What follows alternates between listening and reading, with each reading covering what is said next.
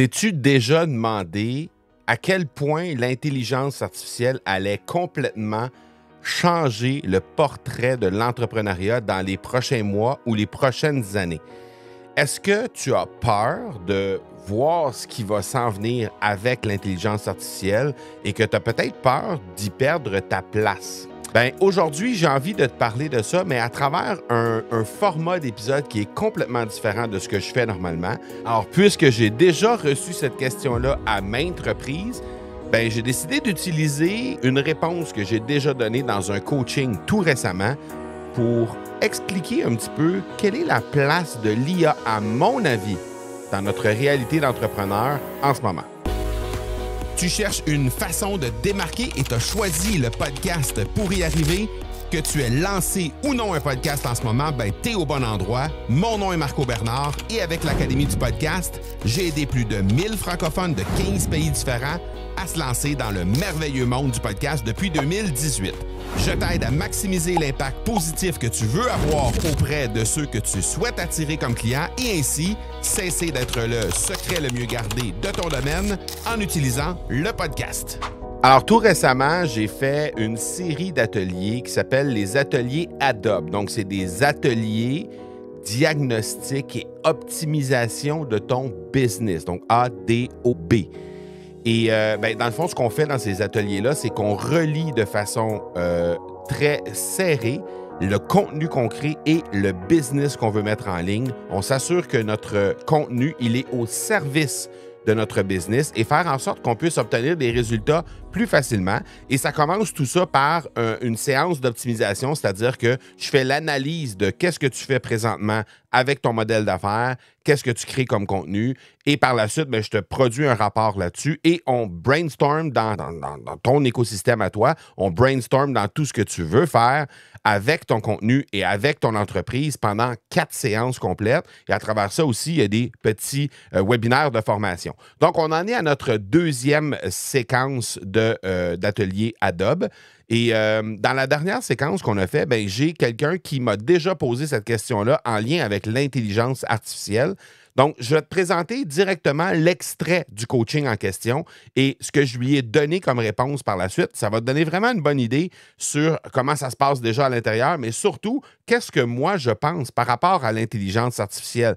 À quel point ça va évoluer, puis comment toi, tu peux te positionner et te déposer par rapport à ce que, inévitablement, tu vas devoir faire face, si ce n'est pas déjà en train d'être le cas, par rapport à l'intelligence artificielle. Et tout de suite après, la réponse que je vais donner à David, parce que c'est David qui m'a posé cette question-là dans la séquence que je vais te présenter à l'instant. Tout de suite après, je vais te parler de la suite des choses avec les ateliers Adobe. Si jamais ça t'intéresse, si jamais en entendant la réponse que je donne à David, tu te dis « Hey, moi aussi, j'aimerais ça faire analyser mon modèle d'affaires par Marco et j'aimerais qu'on brainstorm ensemble sur comment je pourrais créer du contenu de meilleure façon au service de mon entreprise et de mon activité professionnelle. » On va... Présentement, il n'y a pas de prochaine séquence d'atelier Adobe de prévu, mais tu peux quand même déposer ta candidature et je vais te donner les détails tout de suite après la réponse que je vais te donner, accès en fait, dans le coaching à l'instant. Et tout de suite après, je vais te donner la marche à suivre pour être capable de déposer ta candidature parce que oui, ça fonctionne sous candidature et au moment où il y aura une nouvelle cohorte d'ateliers qui va être lancée, à ce moment-là, on pourra faire appel à toi si jamais ta candidature est retenue, bien sûr. Donc, je te laisse tout de suite à cette réponse que j'ai donnée à David et je te reparle tout de suite après. Je vais passer à la question de David. David qui demandait la place de l'IA dans la création de contenu. Il se demandait quelle est la place de l'IA dans la création des podcasts, quel est le rôle potentiel, sa valeur ajoutée, ses limites, le risque étant de ne pas perdre en humanité et en personnalité. C'est un grand débat, ça, David. C'est un grand débat. Puis je pense que tout ça va être teinté des valeurs de tous et chacun. Dans le sens où il va y avoir une multitude de podcasts qui vont être créés artificiellement, qui vont voir le jour là. Je ne sais pas si tu as vu passer, toi, David, tu fais partie du Club Momentum. As-tu vu passer dans le chat du Club Momentum, la publication de Norbert la semaine dernière qui disait avoir créé son propre jingle musical avec... alors, Tu sais, la chanson, elle est magnifique, là, je veux dire. Si tu m'avais dit c'est un grand artiste français qui a créé ça, je t'aurais dit oui, là. On y croit, là. Tu sais. Donc, et plus ça va aller dans le temps, plus on va tendre à s'en aller vers ça. Il y a des groupes musicaux maintenant qui voient le jour, mais c'est des groupes musicaux artificiels. Ils n'existent pas. Ils ont pas de. On verra jamais ces gens-là sur scène, là. Ça n'existe pas. C'est juste qu'ils vont créer des pièces musicales qui vont être mises en ligne à la radio. Mais finalement, il y a pas d'humain derrière ça. Donc, après, le côté éthique de la chose et les valeurs qu'on veut promouvoir derrière ça, je pense que ça appartient à tous et chacun. Et justement, quand j'ai fait une série d'épisodes de Toussaint ce matin, et dans un de ces épisodes-là, je parlais de ça, j'ai dit, chez nous, à l'Académie, on se, on crée du contenu à l'occasion qui va faire en sorte de se positionner selon les valeurs que nous, on veut mettre de l'avant. Puis une de ces valeurs-là, c'est de laisser toujours l'humain au centre du contenu qu'on va créer.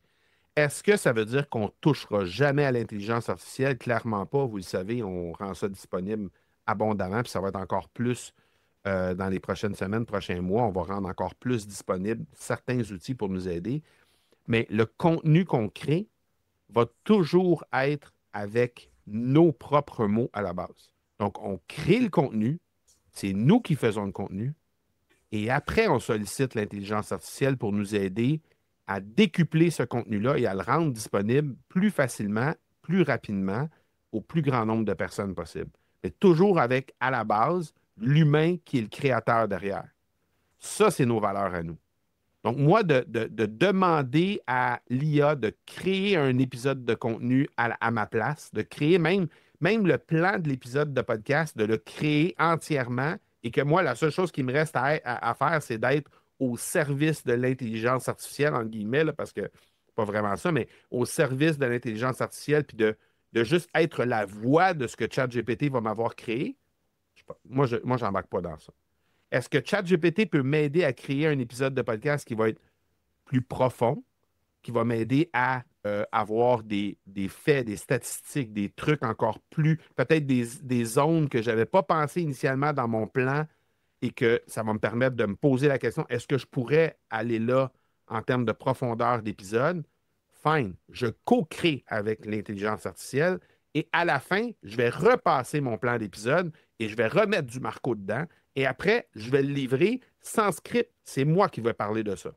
J'ai juste mon plan devant les yeux que j'ai peut-être mis en place avec ou pas l'intelligence artificielle. Puis après, quand j'ai fini de créer mon épisode, là, je prends mon script d'épisode, puis là, je vais créer du contenu, mais à vitesse grand V, en super grande quantité, pour être capable d'être le plus visible possible partout. Donc ça, c'est notre vision à nous de comment on voit les choses. Et je pense que chaque personne doit se poser la question, jusqu'où moi je suis prêt à aller dans l'utilisation des intelligences artificielles maintenant. Et je pense que cette question-là va revenir, elle va être d'actualité pendant des mois, des années encore, parce que ça va évoluer tellement rapidement. Tu sais, aujourd'hui, là, avec la version 5 de ChatGPT qu'on est rendu, là, c'est puissant. Là, c'est terrible ce qu'on peut faire avec ça. Là, et après, ben, c'est juste de voir jusqu'où je suis prêt à aller, moi, comme créateur, comme humain. Et qu'est-ce que je veux mettre de l'avant comme valeur et que je veux communiquer comme valeur. Parce que ça devient un élément différenciatif de vouloir prendre cette valeur-là, de dire, moi, oui, j'utilise l'intelligence artificielle pour certaines tâches, pour certains trucs dans mon entreprise parce que je veux aller plus rapidement. Je ne veux pas être obligé d'investir dans un employé admin, mais je veux être capable de faire quand même toutes ces tâches-là sans être obligé d'y mettre 3 heures par jour. Donc, bref, il y a certaines choses que je vais utiliser l'intelligence artificielle pour faire, mais après, le reste, non, ça, j'en embarque pas. Il y a des choses ça va toujours venir de moi. Puis moi, ce que je vais vous livrer sur mon contenu, ben, ça va venir de mon cœur, ça va venir de ma tête, ça va venir de mon âme. Ça, je peux vous garantir, je vous fais la promesse que ça va être ça. Puis ça, c'est un élément différenciateur de d'autres personnes qui pourraient être exactement dans le même domaine que toi, mais qui, eux, peut-être, vont pas être à la même place dans la valeur, dans leur façon de gérer avec l'intelligence artificielle, et qui, peut-être, va donner du contenu qui va être radicalement différent. Mieux, pire, moins bon, meilleur, on ne sait pas. Mais Mais il reste qu'il y a certaines personnes qui vont se coller à toi parce que tu vas avoir ces valeurs-là puis tu vas les mettre de l'avant. Puis il y en a d'autres qui vont dire non, non, moi si je peux créer du contenu en cliquant sur un seul bouton, puis juste en mettant exactement ce que je veux faire, moi, c'est ça que je veux. Je veux mettre le moins de temps possible. Bien, ces gens-là, ils ne viendront pas chez nous. Ces gens-là, ils ne se reconnaîtront pas dans nos valeurs à nous. Parce que moi, il va toujours rester que l'humain va devoir se retrousser les manches puis travailler avec l'intelligence artificielle, mais travailler pour créer son contenu. Chez nous, ça va toujours être ça. Donc, il y a des gens qui vont se reconnaître là-dedans parce qu'ils sont animés par l'humain, puis il y en a d'autres qui ne vont pas se reconnaître là-dedans parce qu'ils veulent avoir le truc le plus rapide, le plus facile possible. Et ben, ces gens-là vont aller ailleurs. Ils vont faire affaire avec quelqu'un d'autre. Donc, c'est la même question, je pense qu'il faut que tu te poses par rapport à ça, par rapport à jusqu'où tu es prêt à aller, toi, comme créateur, Je avec. me suis posé la question. En fait, moi, c'est le fait que tu dis souvent qu'il y a un script, c'est que derrière, tu dis souvent, non, tu le dis de temps en temps, que tu utilises un script. Moi, en fait, j'ai l'impression d'être un peu. Moi, j'écris mon texte, en fait, parce que j'ai besoin j'adore écrire. Et en fait, de cette écriture, je sors du texte pour parler. Mais il y a des choses que je trouve plus pertinentes et plus précises à travers le texte que j'écris. Il y a des choses qui sont tellement tenues, tellement précises. La langue française est merveilleuse pour ça. Souvent, j'écris mes textes, peut-être d'ailleurs pour en faire un bouquin un jour, mais parce que j'aime ça. Maintenant, en ce qui concerne le rôle de l'IA, le rôle de l'IA est un assistant pour moi. Je lui dis pas bonjour, je lui dis pas merci. Je ne suis pas poli avec lui. Et j'arrive même parfois à me disputer avec lui dans le sens où je le trouve extrêmement limité. Et voilà, pareil, il me dit, tiens, est-ce que tu écris ton podcast? Mais va te faire foutre, je ne sais pas que tu écris mon podcast. Mais par contre, donne-moi des informations précises que je revérifie. Ce que je voulais dire par là, c'était, je pensais que ça pouvait intéresser nous quatre ou nous cinq de savoir quel rôle, parce que souvent on est vent debout contre l'IA. Ouais, non, moi l'IA, jamais, je ne serai pas, je veux pas. Mais il y a du bon aussi dans l'IA. Donc je trouve intéressant d'utiliser l'IA et je voulais en même temps placer le fait que mes textes, contrairement à, j'ai l'impression, beaucoup de podcasteurs, j'écris mes textes parce que je voudrais qu'ils soient le plus précis, le plus sincère possible, et que parfois, comme vous le voyez maintenant, je pars dans des trucs, voilà, des envolées lyriques, et que mes podcasts sont déjà très longs. Et voilà, c'était juste expliquer le rôle de l'IA, et je te rejoins complètement ce que tu viens de dire, et simplement à moi d'écrire mes podcasts. Voilà. En même temps, David, j'ai envie de te dire que ces envolées lyriques, c'est ça qui est le vrai David. Oui, oui, bien sûr, mais quand je suis Donc, en face de quelqu'un, c'est plus facile. On en parlait avec CM la dernière fois sur le fait de se prendre à la caméra, tout ça. Moi, j'ai passé effectivement longtemps avant d'accepter ma voix, d'accepter mon vocal, ouais. d'accepter de me livrer. En fait, tout ça, je l'ai passé. Si je suis venu ici, à la Podcast, même si je ne me sens pas, et ça, c'est vraiment personnel, hein, sur le Club Memento, je me sens pas dedans. Par contre, là, je me sens dedans. Là, je me sens vibrer, je me sens avec d'autres êtres humains qui ont des questions légitimes que je me suis posées avant pour les lancements de podcast. Et si je m'étais vraiment posé les bonnes questions, je l'aurais fait comme vous le faites maintenant. Moi, j'ai jeté ça. Je vais lancer un podcast. Yahoo! Personne ne le savait. Donc, du coup, j'ai eu aucune écoute, mais c'était pas grave. Je l'ai fait à ma façon. Mais ce que je voulais dire, c'est simplement qu'à un moment donné ou à un autre, vu qu'il y a ChatGPT en 5, je me suis dit, parlons-en entre nous, juste pour dégoupiller la grenade Mhm. voilà, ça me semble être un sujet intéressant pour tout le monde. Voilà, c'était juste ça. Super. Ben, écoute, David, plusieurs éléments dans ton truc, dans ton intervention. Déjà, le fait de ne pas avoir fait le lancement, ça ne t'enlève pas la possibilité de faire un lancement. Donc, tu Oui, pourrais bien sûr. très bien dire, je suis rendu à l'épisode 50, par exemple, et je festoie comme si c'était mon épisode 0. Et je Oui, fais un lancement de mon épisode 50, comme pour faire célébrer le jalon de 50. Et là, je dis 50, je ne sais pas à combien d'épisodes tu es rendu, mais 50, 60, non. voilà, ça pourrait être 75 ou peu Oui, importe. oui, Ou oui. ça peut être un chiffre symbolique pour toi, peu importe. Et comme ça, ben, tu aurais la possibilité de Ouais, refaire le lancement que tu n'as pas fait à l'épisode 0 et ça le ferait. Donc ça serait ça déjà, c'est une chose. Ensuite, moi, j'aime bien l'idée de dire, et j'aurais envie de. Clairement, les épisodes, si tu veux faire des épisodes de 7, 8, 10 minutes en décembre, probablement que tu rédigeras pas tous les épisodes. Non, non, pas du tout. Alors, je serais curieux d'avoir ton retour une fois que tu auras terminé ces 30 épisodes-là, sur à quel point tu vas être rendu à l'aise à créer Oui. à la fin Oui, de tout à cette fait. séquence. Complètement d'accord avec toi, Marco. Je me suis challengé aussi sur ça, en disant, je vais faire les grandes lignes, les grands trucs, et après, je vais me lâcher. Voilà. Je sais que je mets juste l'utilité sur 10 minutes, sinon, j'ai fait des podcasts que j'ai même pas mis en ligne, 1 heure et demie sur le complotisme. C'est des trucs, je me dis, même personne ne va jamais les écouter, ce truc-là. Je les mets même pas en ligne. Même moi, je me fatigue quand je les écoute, pour te dire. Je le réécoute, je dis, est-ce que t'es fatigant, garçon?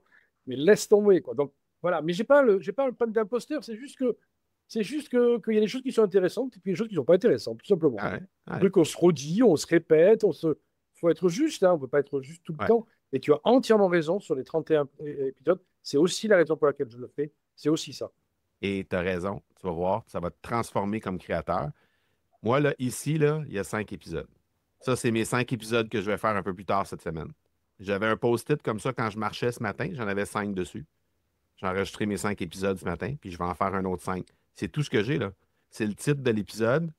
C'est le titre de l'épisode avec une petite note en dessous. C'est tout. Fais gaffe que je ne te les pique pas, les épisodes.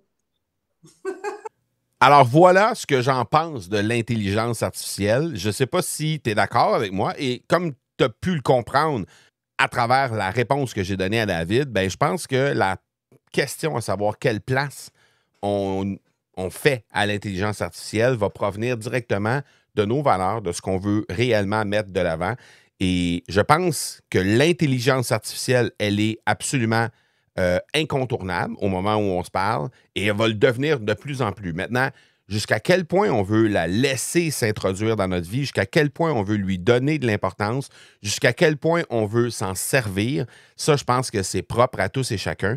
Et ben, c'est le genre de débat qu'on a. Hein? Les ateliers Adobe, ben, c'est 4 ateliers d'à peu près 2 heures chaque. Et ce type de questions-là, -là, tu as eu un aperçu d'à peu près une douzaine de minutes sur une réponse. Bien, il y a ça pendant 120 minutes à peu près et 4 fois. Donc, c'est vraiment des moments où on peut approfondir certains sujets en lien avec ton entreprise, en lien avec le développement de ton entreprise, en lien avec le contenu que tu veux créer pour être capable de mettre ton entreprise le plus possible en lumière et avoir un impact au final qui est le plus grand possible. Donc, ces ateliers-là, ben, la prochaine cohorte, ce sera tout probablement vers la fin de l'année 2025. Mais dans tous les cas, peu importe le moment où tu trouves cet épisode présentement, ben, tu peux déposer ta candidature. Et une fois que ta candidature sera déposée, ben, sache qu'on va étudier la candidature et au moment où il y aura une prochaine cohorte, donc peu importe le moment où ce sera, ben, on pourra faire appel à toi pour que tu puisses faire partie si évidemment ta candidature est retenue et si le cœur t'en dit, évidemment, à ce moment-là, tu vas pouvoir accéder à ces rencontres-là. Donc, tu as accès à déposer ta candidature au academypodcast.com/ADOB pour Adobe, tout simplement. Donc, ADOB. Et tu vas tomber directement sur le formulaire de candidature. Ça va te prendre à peu près 5 à 10 minutes pour déposer ta candidature. Très important de répondre à toutes les questions qui sont obligatoires. Il y a certaines questions qui ne le sont pas, mais répondre à toutes les questions qui sont obligatoires. Et ben, si ta candidature est retenue, bien, le moment où on va ouvrir une nouvelle cohorte, on va communiquer vers toi pour que tu puisses valider ton inscription, payer ton inscription, évidemment, parce qu'il y a des frais qui sont reliés à tout ça et tu vas les découvrir en déposant ta candidature. Mais à ce moment-là, tu vas pouvoir nous rejoindre et on va pouvoir travailler avec toi sur l'impact de ton entreprise et le contenu qui va te permettre d'avoir cet impact-là que tu cherches le temps. Donc, voilà pour aujourd'hui. J'espère que ça t'a plu. On se reparle à la semaine prochaine. Ciao, ciao.